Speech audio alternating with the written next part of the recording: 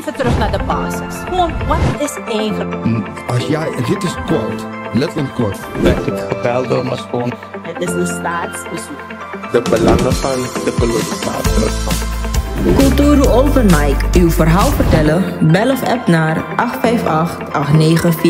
858-8943. Tot dan. Kijkers, een van harte goede dag. En ik ben vandaag hier met meneer Wolf. En teudanga meneer Wolf dan ook toe voor taki. En zoals we weten zijn we nu richting de verkiezing op. Dus wat ik want door die verkiezing meneer Wolf. Maar voordat ik daarmee begin wil ik u en ook de NDP'ers condoleren met het heengaan van de heer Edward Belfort. Meneer Wolf, hoe gaat het met u en hoe heeft u meneer Belfort ervaren? Ja, odi. Misra Nambrada, Nangasisa ook in het buitenland. Mijn district Coroni ook hetzelfde. Als we over meneer Belfort moeten praten, ja, het heeft ieder geraakt. Het heeft mij ook geraakt. Niet omdat hij is overgekomen naar de NDP, maar om eerlijk te zeggen, Belfort was mijn tegenstander. Hij was heel kritisch. En op een gegeven ogenblik ben ik dat kan dat erbij zoeken. En ik heb hem vaak geantwoord. Maar toen de ABAP aan de macht kwam, heb ik ook kunnen merken dat hij ook kritisch was naar zijn mensen toe. Ook naar de VAP, of binnen die gelederen, de samenwerkende gelederen, was hij ook kritisch. Toen ben ik anders naar hem gaan kijken. Ja? En op een gegeven ogenblik ben ik hem ergens tegengekomen. Ik was ergens op het Blonsplein. Heeft hij me gegroet. Hebben we kennis gemaakt. Toen zei hij nog, oh, u bent meneer Wolf. Hi boy, je moet voor pepper naar mij toe. Met dat ai. Maar ik heb hem gezegd, kijk.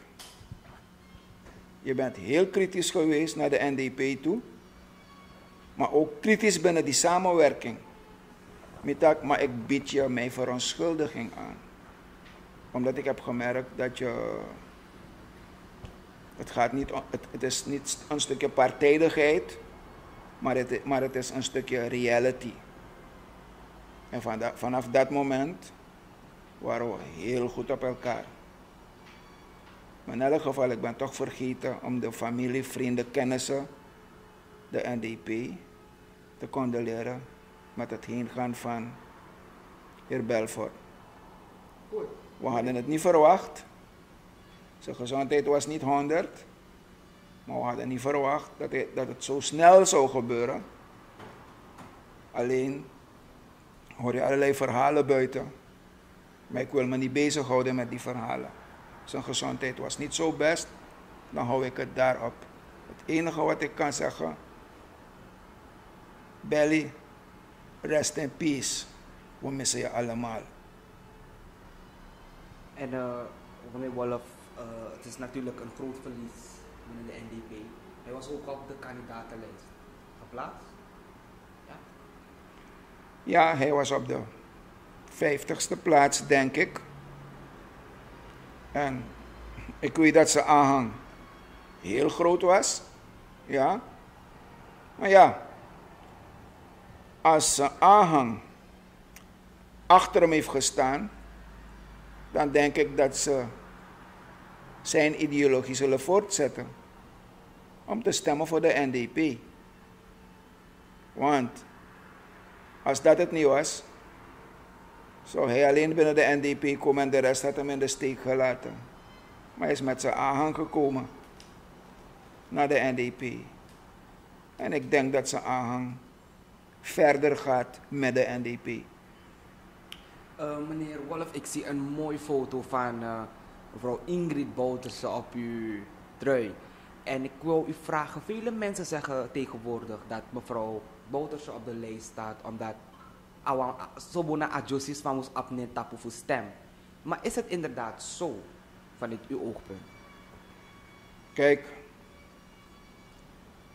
Dus als het ware zeggen mensen maakt misbruik van meneer ex-president, deze Delano Bouterse. luister nou, ik benader het anders. Achter het succes van, ik zeg oom Daisy, zo noemde ik hem. Al was hij president, ik noemde hem oom Daisy en hij was trots als je oom Daisy zei tegen hem. Achter het succes van oom Daisy stond een sterke vrouw. En dat was mevrouw Ingrid. Mevrouw Ingrid was geen hoe noem je het? Ze zat niet in de keuken om te koken, kleren wassen en meer van dat soort dingen. Ze heeft zich ook samen met oom Daisy ingezet. Al bleef ze op de achtergrond, maar ze heeft oom Daisy altijd ondersteund. Begrijp je? En als ik zo naar mezelf kijk, als ik die ondersteuning niet van mijn vrouw heb gehad, zat ik niet hier. Dus ze heeft behoorlijk die ondersteuning geboden aan oom Daisy en ze heeft heel veel geleerd, toch? Dus, als je haar foto op mijn trui ziet, dan hoef ik niets meer te zeggen.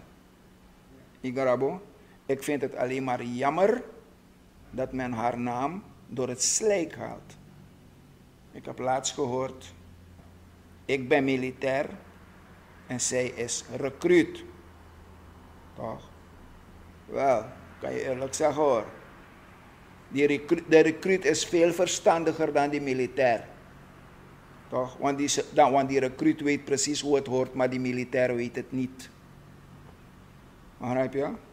Dus ik vind het heel erg jammer dat men op zo'n niveau politieke campagne voert. Toch? Als je op zo'n niveau politieke campagne voert, dan vraag ik mijzelf af, als dit de ontwikkeling van Suriname, Mama's Ranang, moet voorstellen. Ik heb, om direct verder erop in te gaan, ik heb geluisterd naar een interview van een topper van de ABOP. Aan de ene kant wil ik hem gelijk geven, want ik heb veel gehoord. Wat hij heeft gezegd, heb ik ook gehoord. Maar de manier hoe het interview is afgestaan, is beneden het niveau van een politieke partij of een vooraanstaand lid van de politieke partij die ontwikkeling van Mama's Ranang voorstaat. Ja, om even daarop in te komen. U zegt een topper van de ABOP. Maar als gewoon een normaal mens zoals u en ik dat hadden gedaan, waren wij wel achter tralies misschien nu bij de politiestation. Maar dan kunt u zien dat eigenlijk de toppers worden beschermd en moet het wel zo zijn? Zeker niet. Iedereen die een strafbaar feit pleegt, heeft, en laat me het anders zeggen, iedereen heeft dezelfde rechten. Als je een strafbaar feit hebt gepleegd, moet je verschijnen voor de rechter of ter voorgeleiding voor een hulpofficier. Toch? Het is een proces. Toch? Maar ik denk niet dat de president door het slijk wordt gehaald en dan, als ik het had gedaan bij wijze van spreken, dan was de RBT voor mijn deur. Want ik heb de president beledigd. Isabi? Maar nou een man, het kan zomaar, waar er rook is er vuur. Begrijp je? Gayadin zal precies wel weten, namens zijn naam Pets, Gayadin zal precies wel weten waarom hij dat heeft gezegd. Toch? Maar ik waag mij niet op dit niveau. Meneer Wolff, er waren ook heel veel dingen te zeggen omtrent, of even commentaar omtrent dat van mevrouw Jennifer Simons, dat ze in een hijab gekleed was en bij een moskee was gegaan om Ramadan te vieren. Vele mensen vinden dus dat ze religie brengt in een politieke steunfassie om eigenlijk er dingen gedaan te krijgen. Wat is uw mening daarop? Ik denk dat het is echt een keukenopmerking om het zo uit te drukken. Hoe wilde zij dat mevrouw Simons daar moest gaan? In een spanbroek? Of in een t-shirt? Die vrouw heeft respect voor die religie. En daarom is ze op die manier gekleed geraakt. Ja? En ik vond het perfect. Maar waarom zegt men niet, toen de politicus Chandrika, in een tent daar ergens met een panje in een rij stond te dansen. Ik heb hem nadien niet meer gezien op dat soort feesten. Maar hij heeft een panje aangetrokken, een culturele feest van de Afro-Surinamers. Het was een Winti play, toch? Of een Kulturu play. Hij was erbij, toch? Maar men vond het leuk, want Abram Chijari, hij was ertussen. Waar is hij nu? Dus mevrouw Simons heeft respect getoond en daarom is ze, als het ware, in de kleding van de moslim gestoken. Ik vond het prima en netjes. Goed, als we kijken naar OW en de straten. Laten we eerst beginnen bij de Koppenamenstraat. Het gaat voorbij OW, maar als we de gaten dus zien die zich gevormd hebben op de Koppenamenweg. Die kleine gaten zijn groter geworden en er komen ook steeds nieuwe. En het is voor openbare werken. De minister ziet het ook dus elke dag, hij rijdt daar.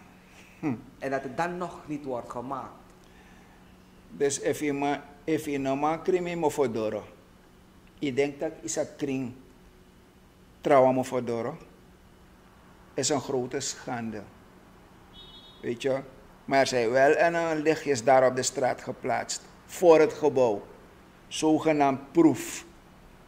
Om zich verder te ontwikkelen over bepaalde wegen in Paramaribo. De meeste mensen roepen dus dat stuk een landingsbaan, want ze zien lichtjes daarop. Ja, misschien is het die landingsbaan van Nur Mohammed. Weet je? Het is wel mooi, het ziet er wel mooi uit. Maar ik vind, laten we eerst kijken naar de smerige straten. De straten die vol gaten zitten. Weet je? Je moet heel voorzichtig rijden dat die onderstel nog vernietigt. Vooral, meestal is het de linkerzijde van de weg. En daarom moet je moet vaker uitwijken naar het midden met alle gevolgen van dien. Toch? Soms kan er een rijwiel of een bromfiets voor je rijden. Het moment dat jij aankomt, allemaal een wijk uit, ontstaat er een aanrijding. Je hebt bijvoorbeeld die linkse bochten. Je komt op een T-kruising en je wil links afslaan. Om dat gat daar op die hoek te vermijden, moet je een beetje naar het midden gaan. En wat about die tegenstander op die doorgaande weg? Op die doorgaande weg.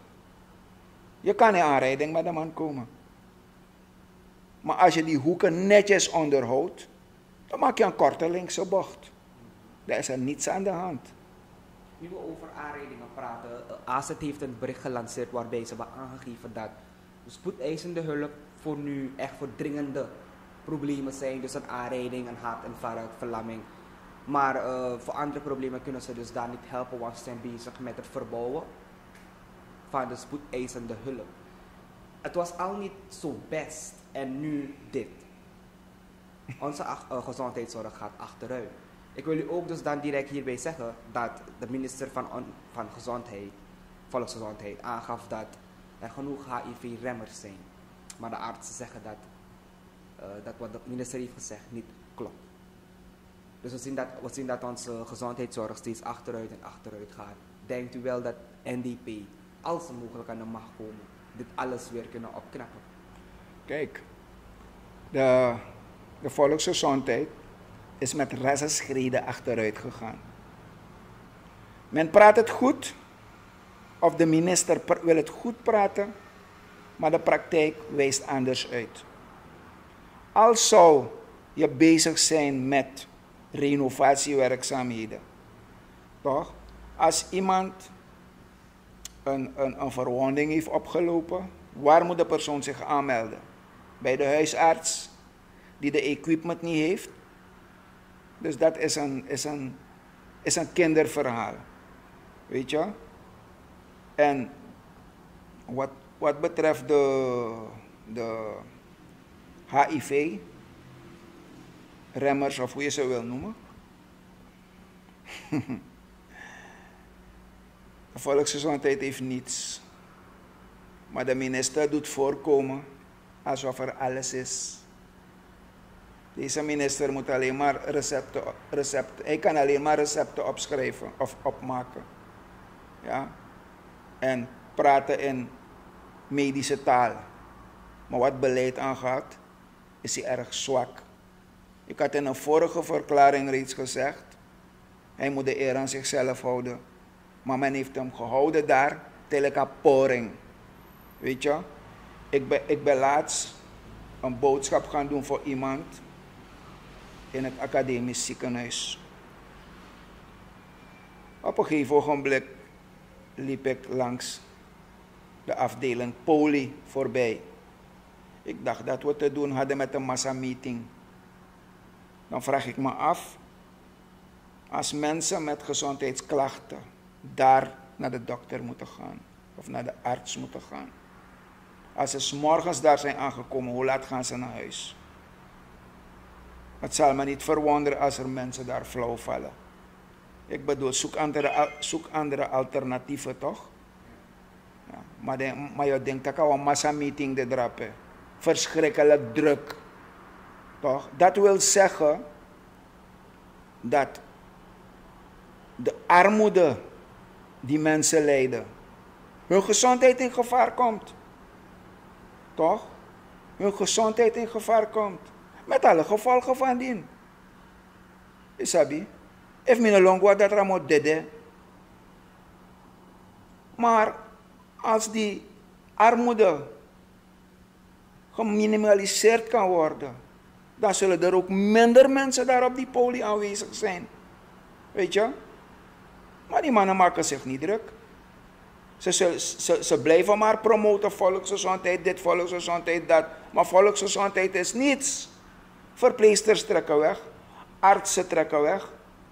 En what about? Wie moet de mensen helpen? Misschien één arts voor een stuk of 50, 60 mensen. Heeft de arts tijd om een goed gesprek met je te voeren? Ja? Is maar nakpuru en je bent weg, of een schrijf een recept bij je en je bent weg. Weet je? Dus ik vind het jammer. Maar men wil wel een medisch centrum bouwen. Je wil een medisch centrum bouwen, maar je hebt al je artsen trekken weg. Al je verpleegkundigen trekken weg. Omdat je een paidensma. Dan heb je toch een probleem. In een paidensma. Dan gaan die mensen het ergens anders zoeken toch. Dat is zomaar op een man een medisch centrum. Geef die mensen een goed salaris. Ja? Regel de volksgezondheid. Breng medicamenten in het land. Toch? Dan heb je het volk iets goeds gedaan. In plaats dat je met populistische projecten bezig bent. Om aan te geven, ai, dit naar me meki of ai, dat naar me meki. Nee, zo werkt het niet. Want een ongezond volk kan nooit ontwikkeling brengen. Ja? En nu we ook praten over ontwikkeling, heeft Baitali laatst ook een hele jugu gemaakt, want ze hadden een weg te asfalteren, gevraagd voor 19 miljoen. En ze hebben dus, de regering heeft zo'n werkopdracht gegeven aan een bedrijf die tweemaal meer heeft gevraagd. Dat is 44, zei u daarna? Of 43. Maar goed, het is wel veel. En ik heb ook vernomen dat het aan een boer is gegeven, een paddyboer. Dus eigenlijk u als, meneer Wolff, u heeft een achtergrond als politieman. En dan komt iemand en hij geeft dus u om een straat te asfalteren voor 44 miljoen. Heeft die paddyboer dan kennis ervan? Of zal het ook een straat zijn met een scheur net een brug? Je hoort het reeds. Paddyboer, schoenmaker, hou je bij je leest. De hoofdverantwoordelijke voor strekking van wegen is het ministerie van Openbare Werken. Maar als je het overdraagt aan het ministerie van LVV en B, ik zeg die B is of W, landbouw, veeteelt en wegwerken, toch? Dan vind ik het een grote schande, toch? En van daaruit is er, ik weet niet als er een inschrijving heeft plaatsgehad, ik weet het niet, maar in elk geval, ik heb vernomen dat er een paddyboer de weg heeft geasfalteerd, of bezig was de weg te asfalteren, voor 44 miljoen US. En Baitali die het wilde doen voor 19 miljoen US, heeft men aan de kant gezet. Toch, dat ding stinkt, om het zo uit te drukken. Zeggen naar Bakawanyang Patu? Ja, bijvoorbeeld. Het riekt naar corruptie.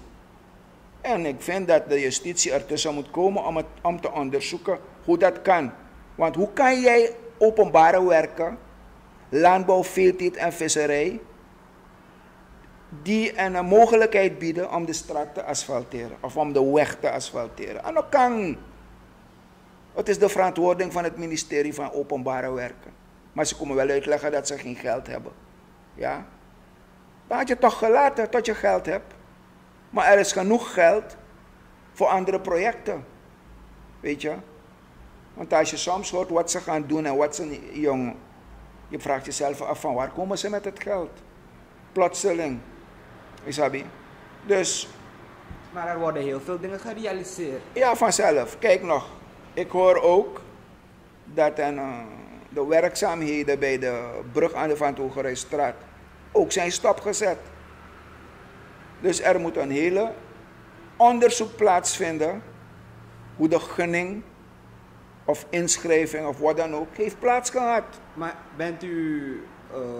wanneer bent u voor het laatste keer gegaan bij de doorsteekbrug, de Saramaka doorsteek?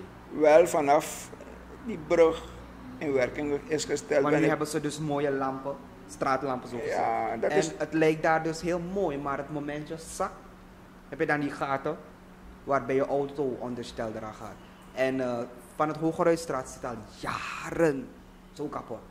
Dus het is ook genoeg geld investeren.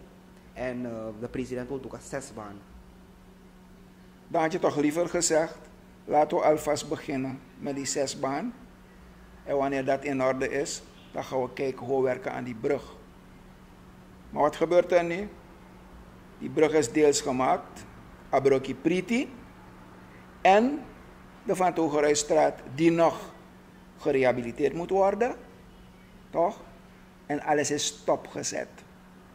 Want er moet een onderzoek komen nu. En dat is jammer. Maar denkt u dat het onderzoek wel iets zal opleveren? Want er is wel een commissie voor corruptie, hoorde ik. Maar ik weet ook niet als die in werking staat. Want...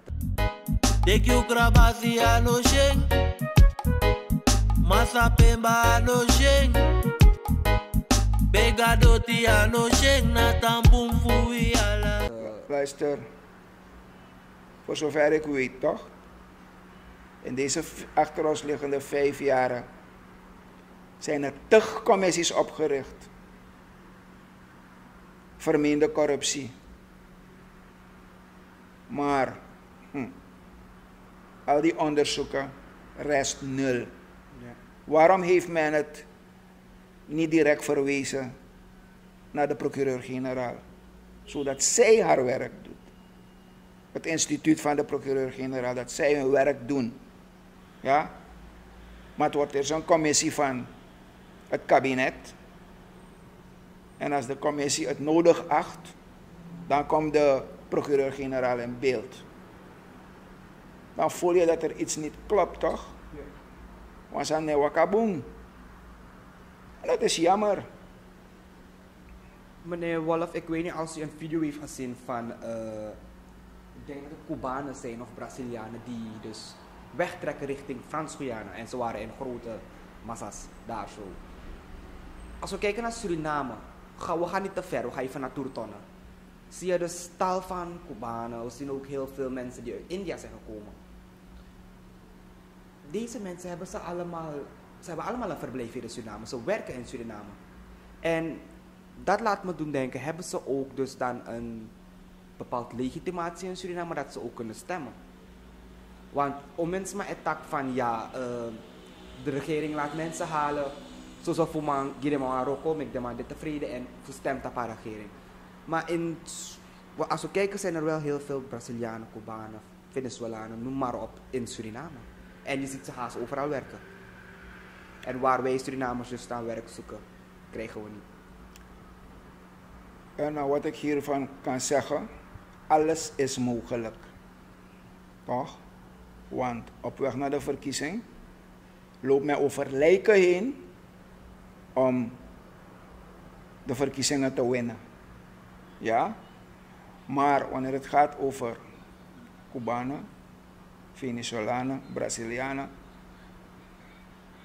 we hebben zwakke apparaten hier.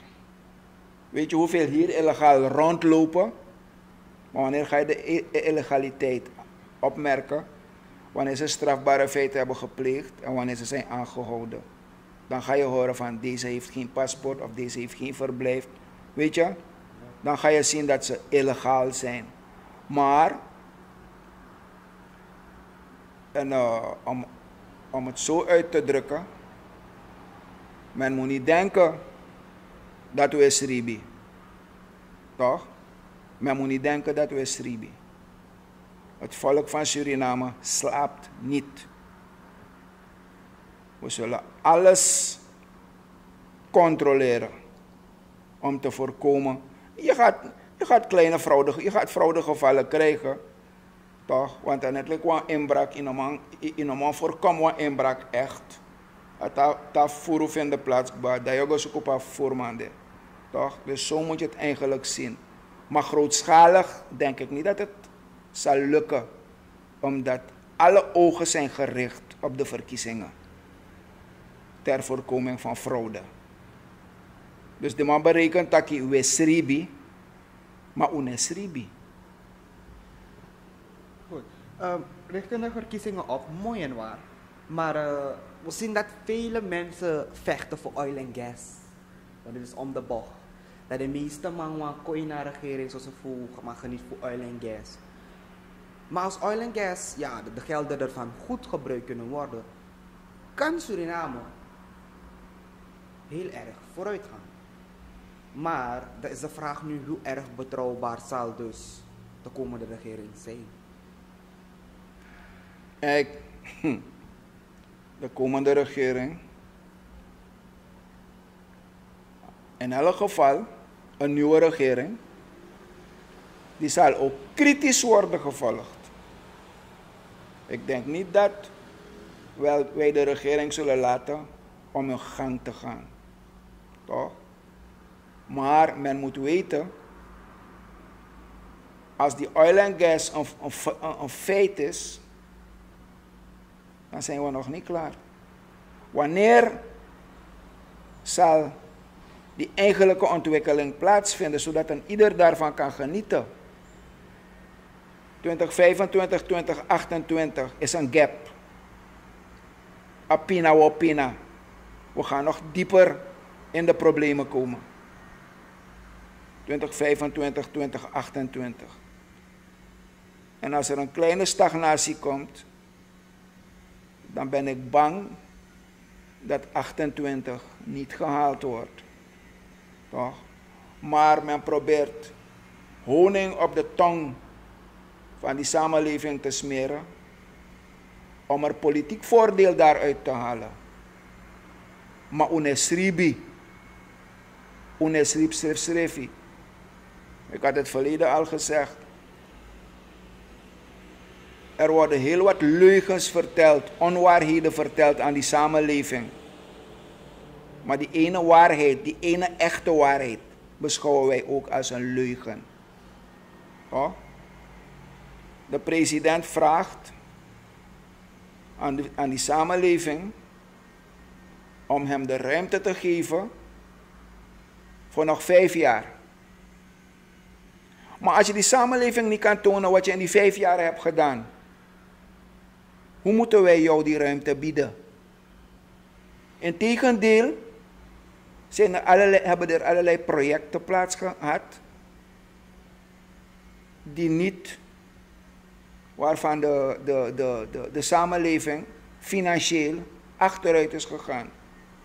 Ik hoef ze niet meer te noemen en de gevolgen daarvan. En dan kan men uitleggen, het volk heeft offers gebracht en nu gaan we weer geven aan het volk. Wat ga je geven aan het volk na 25? Ga je weer offers geven aan het volk? Ik denk van wel. Want het wordt een harde dobber en zij weten het. Het wordt een harde dobber om verder vooruit te gaan.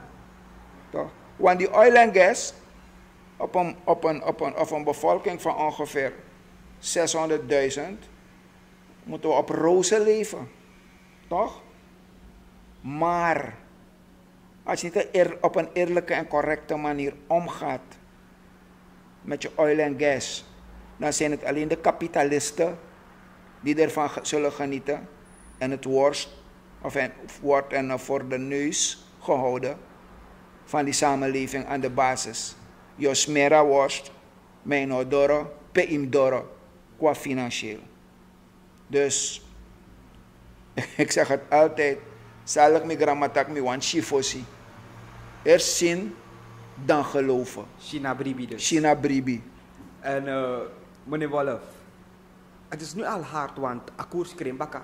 En ook president Trump gaf aan dat de dollarkoers zal verhogen, want zoals we weten, Suriname importeert 80% van zijn producten.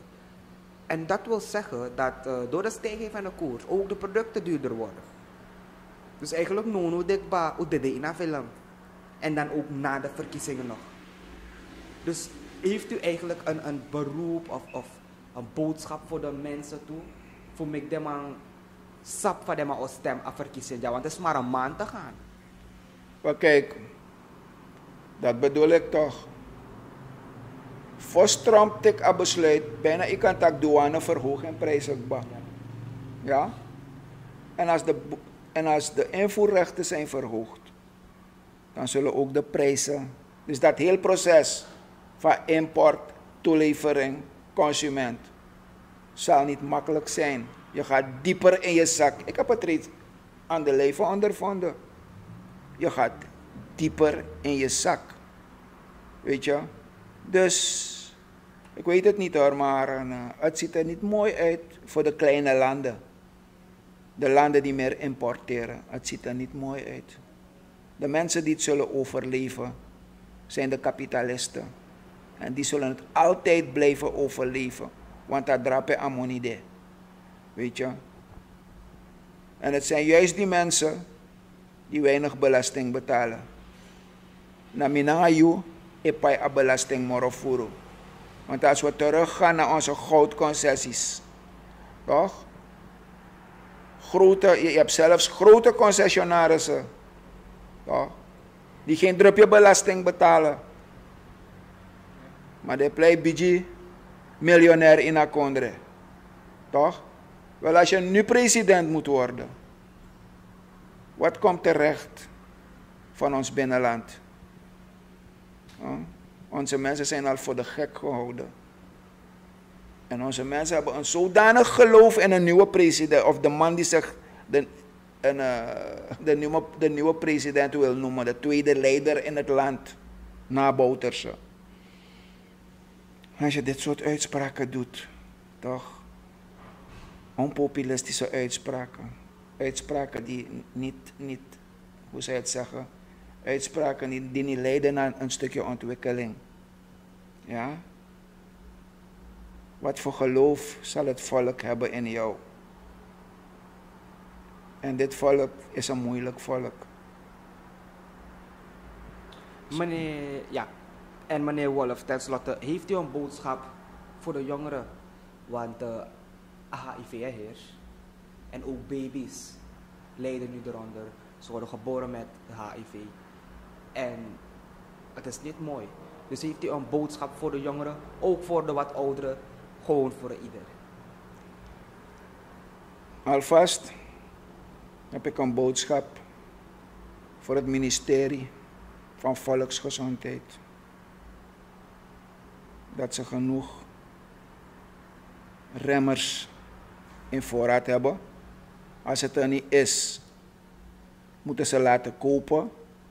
In plaats dat ze onbenullige reizen maken, laten ze alvast medicijnen kopen. En aan de jongeren als ook de ouderen wil ik zeggen: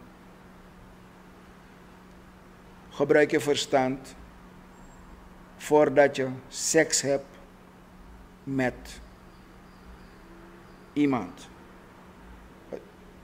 Man en vrouw, beide. Man, gebruik je condoom. Zo niet, proberen jullie, als het een vaste relatie is, ga naar Stichting Lobby, laat je controleren. En als het blijkt dat jullie goed zijn, dan houden jullie je aan één partner.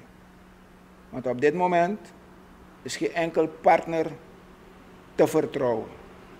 Of geen enkel vriend of vriendin, of wie dan ook, te vertrouwen. Weet je. Eén kleine one-night stand, of hoe je dat ding noemt, kan maken dat je voor het leven ongelukkig bent. Of voor het leven, ja, hoe moet ik het zeggen? Dat je ongelukkig wordt, ja.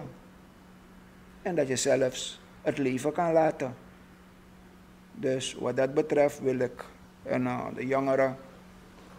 de jongeren daarop attenderen. Vervolgens, mijn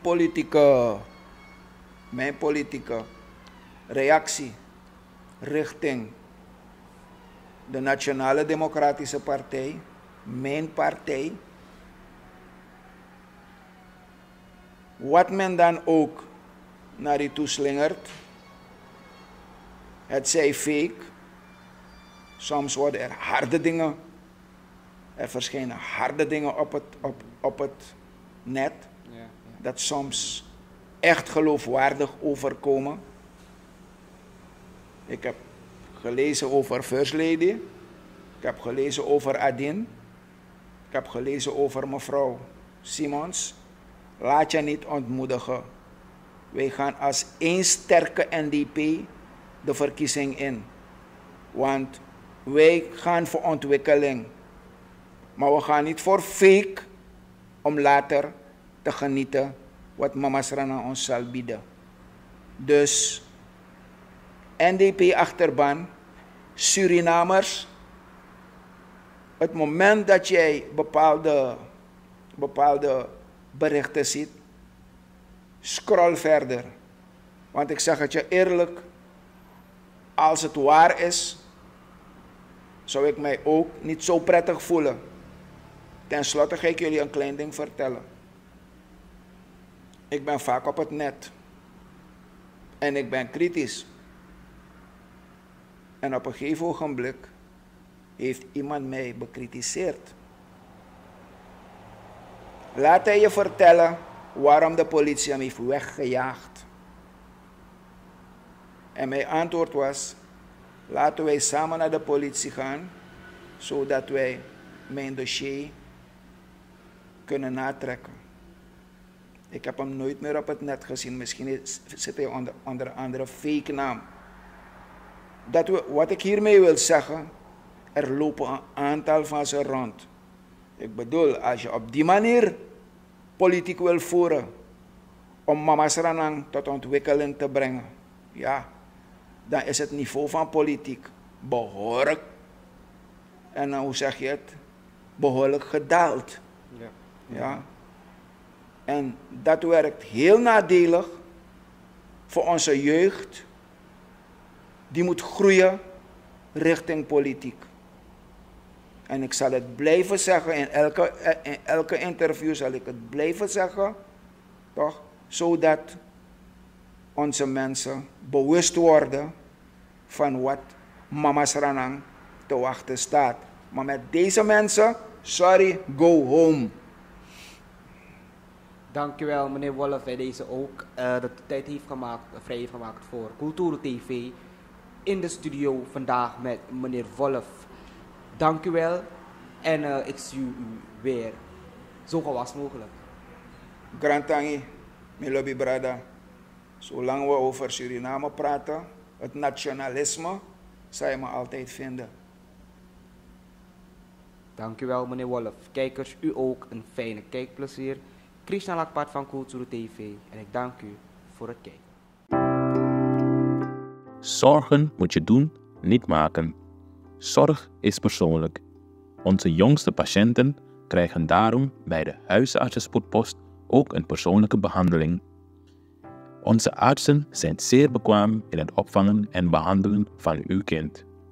Huisartsenspoedpost Suriname. Uw zorg is onze zorg.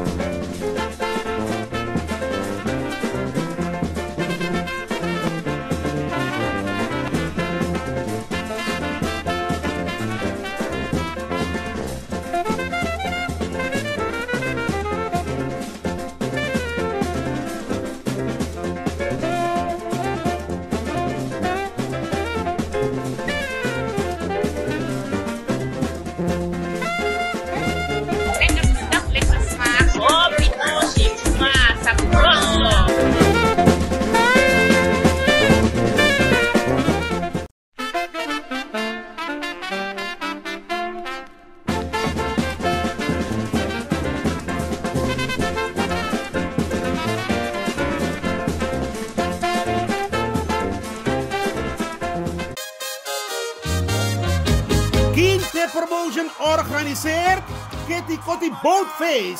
Zondag 29 juni 2025.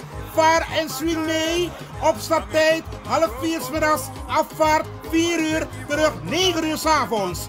Toegangsprijs €50. Aan boord €55. Line-up Sabaku, Corona Band en DJ Roy C. Voorverkoop van kaarten, Ricardo's Eethuis en Nieuw Draver. Surinaamse keuken aanwezig. Let op, eigen drank aan boord is niet toegestaan. Hey, met jou wil ik niet dansen. Zondag 29 juni, Kitty Kotti Boatface. Opstapplaats, de Ruiterkade 14 achter het Centraal Station.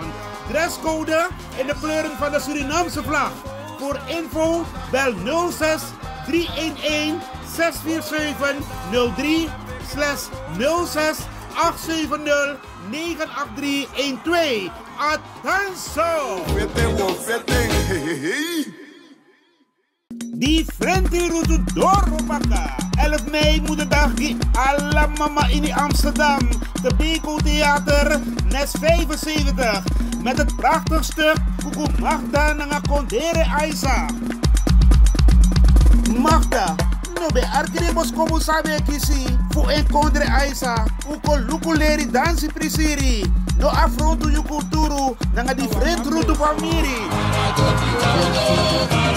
Different route famiri. Bas Berg en Friend nanga warimbo crioro in loop 3 uur bakadina. Surinaamse keuken aanwezig. You wasabi fa atori dis egomorofara. Buy je kaarten online voor maar €23. of eventicshop/SFRYBWZN. Telefoon 020 3300 670 en aan de kassa-tickets verkrijgbaar Kuku Magda Nanga Kondre Aisa Bahayu Karta No. Mama Horbaka Juno.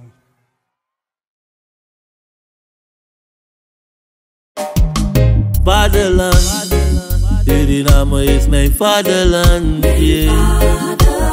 Vaderland, Suriname is mijn vaderland. Suriname is een heilig land, maar we doen wat toe onheilig staan. Zo pijnig man, maar de man is veilig staan. Ben jij een gedupeerde van de toeslagenaffaire? Ouder, kind of ex-partner? Ga dan naar stichtingherstel.nl. Herstel met dubbel L. Met Stichting Herstel kom je er wel.